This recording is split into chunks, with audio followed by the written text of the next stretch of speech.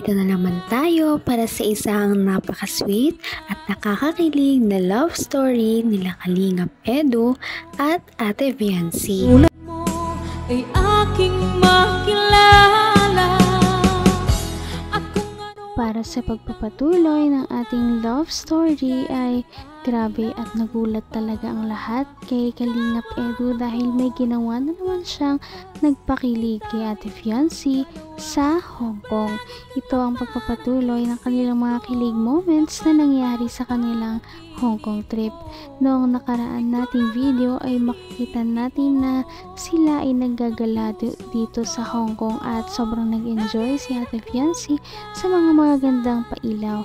At noong umupo nga muna sila sandali ay biglang nagulat ang lahat dahil may binigay si Kalingap Edu kay Ate Viancy. Ano kaya iyon? Ito na at pagtatunghayan na ninyo ang pagpapatuloy ng kanilang kilig moments sa Hong Kong.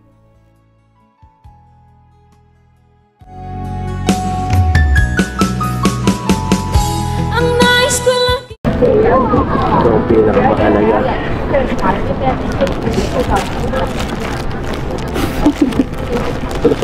O bakit? Grabe, sobra-sobra na. Grabe na, may pa-flowers pa. Siyempre. Dapat natutulog lang ako. Siyempre para tuloy-tuloy ang saya. No? Yan ang ulo. Makiuso naman tayo kahit pa paano. Makiuso naman tayo sa mga millennial kahit pa paano. Step ko ba tayo ng Valentine's?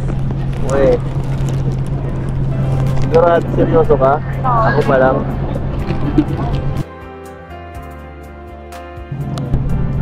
Bakit? Wala ba akong binigay last year? Wala. Baka nalimutan ko lang. Kaya di ako nakapagbigay. Alam mo, ito siguro ang pinakamagandang Valentine's Day sa buong buhay ko. Ako din siguro kasi nasa ibang bansa. Oo. Tapos kasama pa kita, no? Kaya doble ang saya. Itong mga ganung bagay na ano ko lang to eh. Nai-imagine ko lang to eh. Nai-imagine ko sa utak ko. No? Kasama mo yung taong mahal mo. Ano ka lang. Masaya lang. Kung ano ako'y tanggap mo na, hindi ka rin nag-aalilangan. Grabe talaga ang saya ni Ate Viancy dahil ito ang unang bouquet na kanyang natanggap sa ibang bansa. Kaya special talaga ito dahil nanggaling pa ito kay Kalingap Edu. Kaya grabe ang kanyang mga kilig at ngiti. Ano ka lang. Masaya lang. Nakatambay lang sa ano. So ganito, simpleng ano lang. Diba? Napaka-romantic. Napaka-special. Parang ikaw sa akin. Mahal na mahal.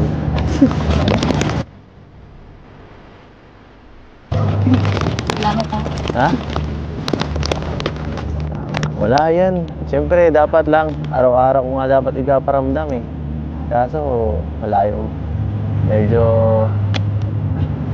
Sobra-sobra na yung ginagawa ko. Bakit naman?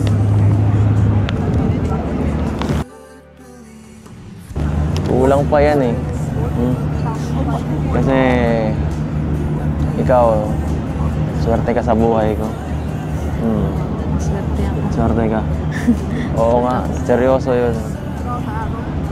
Nung dumating ka lalong gumanda. Lalong sumaya. Salamat sa'yo. Kaya, yan. Pinapahalagaan ko lang yun. Ikaw. Diba? Yan. Yan lang natin. Enjoy lang natin itong araw na to. Bihira lang tayo dito makapunta eh. Baka susunod na linggo. Naman ang bawat panaginip ko, ikaw lang ang tinig. San ka pa? Ano pa kaya ang hahanapin mo kay Kalingap Edu? Dahil napaka-sweet niya talagang tao at napaka-romantic. Dahil dyan, nafe-feel talaga ni Ate Viancy na sobrang special niyang babae at napaka-worth it talaga niya na maging manliligaw. Grabe. Unang araw pa lang. Sobrang saya na agad. Kumpleto na kumpleto na para sa akin itong travel na to. Kung makakauwi nga ako, okay lang eh. Okay na sa akin to. Masaya na. Hindi. Disneyland pa. Disneyland pa? Okay. Disneyland. Sa bagay. Sasamahan kita sa lahat ng rides na gusto mo dun. Malamig.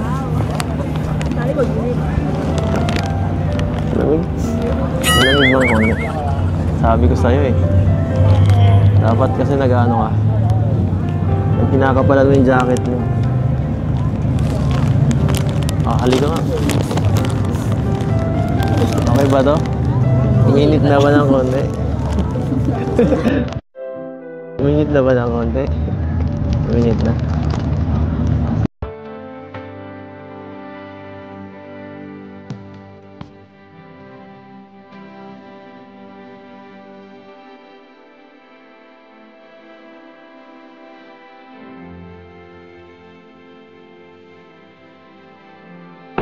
So ayun mga kalingap, and pauwi na po kami kasi bukas ay Disneyland po kami. Kailangan namin ng Hanggang wakas ay tayo ng dalawa. Palagi kang naman. Hindi talaga nila makakalimutan ang travel na ito dahil napakaraming mga nangyayari na sobrang unforgettable para sa kanila dahil sobrang saya. Ngunit maragdagan pa yan sa kanilang mga susunod na araw dito sa Hong Kong na makikita rin ninyo sa ating susunod na video. Ngunit bago iyon, bukas ay Disneyland po kami. Kailangan namin ng medyo mahabang pahinga kasi yung Disneyland medyo mapagod yun, buong araw po yun. Ayan po, so thank you so much po syempre sa mga kasama namin ngayon. First day pa lang, talagang sobrang saya na po. First day pa lang. Talagang ang Hong Kong po talaga ay talagang sarap balik-balikan. Kahit pangalawa na namin, palagi pa rin kami na-amaze sa mga lugar.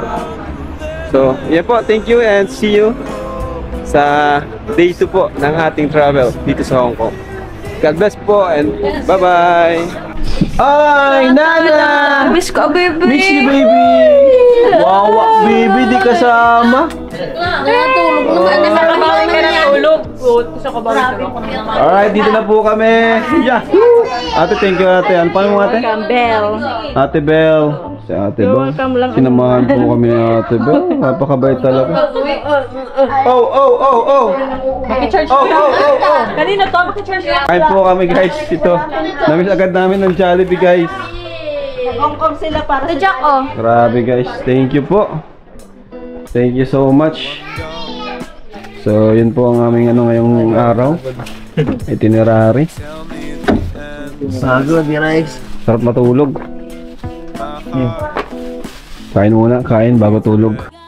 ito na nga ang ating pinakahinihintay na travel ng EDC Love Team dahil sa susunod nating video ay makikita na ninyo ang kanilang paggagala at pag-i-explore sa Disneyland na silang dalawang magkasama, kaya naman mahabang pahingahan muna ang kanilang kakailanganin.